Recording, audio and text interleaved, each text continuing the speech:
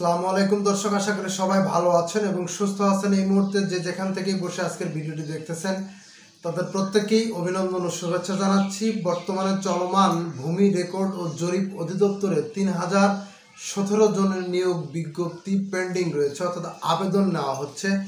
এখানে আপনারা শুনে অবাক হবেন যে এখানে প্রার্থীর সংখ্যা কত ব্যাপক হবে।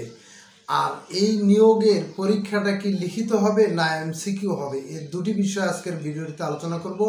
দর্শক, যারা নতুন ভিডিওটি দেখতেছেন, ভিডিওটি দেখতে দেখতেই আমার চ্যানেলটিকে সাবস্ক্রাইব করে বেল নোটিফিকেশনটি অন করে রাখবেন।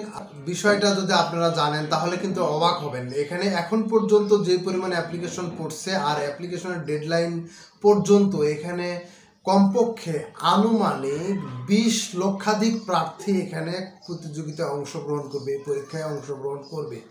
সো আপনাদের বুঝতেই পারতেছেন যে এখানে পরীক্ষায় টিকাটা কতটা টাফ হবে। যদি আপনি আগে থেকেই জানেন যে আপনার পরীক্ষাটা লিখিত হবে না পরীক্ষাটা এমসিকিউ হবে, তাহলে কিন্তু আপনি ওইভাবে প্রিপারেশন নিতে পারবেন এবং দিন শেষে আপনি কিন্তু সফল হতে পারবেন।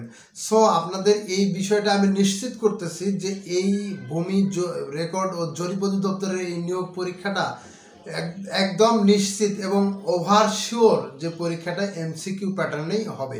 সো আপনারা এমসিকিউ প্যাটার্ন হবে এই ভেবে আপনার প্রিপারেশন কমপ্লিট করে ফেলুন এবং কোনো বিষয় যাতে বাদ না থাকে এই বিষয়ে আমার চ্যানেলে আপনারা নিয়মিত টিপস পেয়ে যাবেন। সেই টিপসগুলো কাজে লাগাবেন, তাহলে দেখবেন আপনার প্রিপারেশন নিয়ে আর কোনো দুর্বলতা থাকবে না।